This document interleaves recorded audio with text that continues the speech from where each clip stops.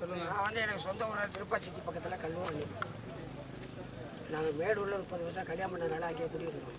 அடிக்க தனுசு வந்து 1ஆவதுலேருந்து 6ஆவது வரைக்கும் 1ஆவதுலேருந்து 8ஆவது வரைக்கும் ஆர்சி ஸ்கூலில் சிவகங்கை மெயின் ஸ்கூலில் படித்தார்.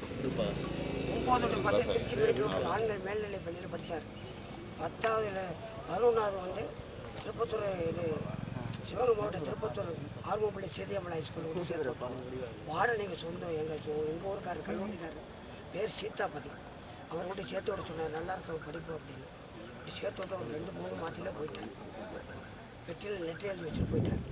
அது பின்னாடி நாங்கள் தேடி எங்கள் சொந்தக்காரங்க உறவினர்கள் எல்லாம் தேடி பார்த்தோம்.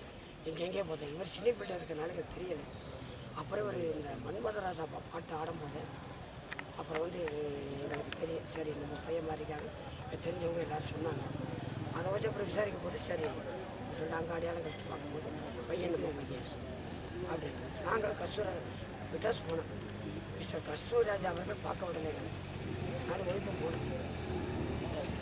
அதனால் திரும்பி 4 தடவை படையெடுத்தோம். ரஜினி முகமது படையெடுத்த மாதிரி படையெடுத்தோம். சிஎம் முதலமைச்சர் தடுப்பு எழுதி போட்டோம்.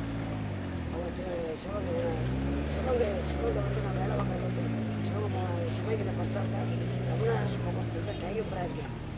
அதில் வந்து இந்த அட்ரஸ் போட்டு எழுதி போட்டேன். தாலுகா ஆஃபீஸ் என்கொயரி கட்டிச்சு. அவங்க விசாரிச்சாங்க. நீங்கள் என்ன சொல்ல விரும்புகிறீங்க? நான் போட்டு நீதிமன்ற செல்ல விரும்புகிறேன் அப்படின்னு சொன்னேன். அவங்க எழுதி அனுப்பிச்சிட்டாங்க. ஷோவுக்கு போட்டேன் லெட்டர். ஷோ வந்து அட்லாண்டியோட அவரும் முதல்ல எதுவும் போடலை, கார்டு மட்டும் வந்துச்சு. அட்லாண்டியோட கார்டு மட்டும். அதோட தான் அவங்க எங்கேயோ விசாரிக்கவும் நம்ம பையனாக இப்போ நக்கீரன் எடுத்தாங்க பத்திரிக்கை. அவங்க வந்து சில உண்மைகளை கண்டுபிடிச்சாங்க.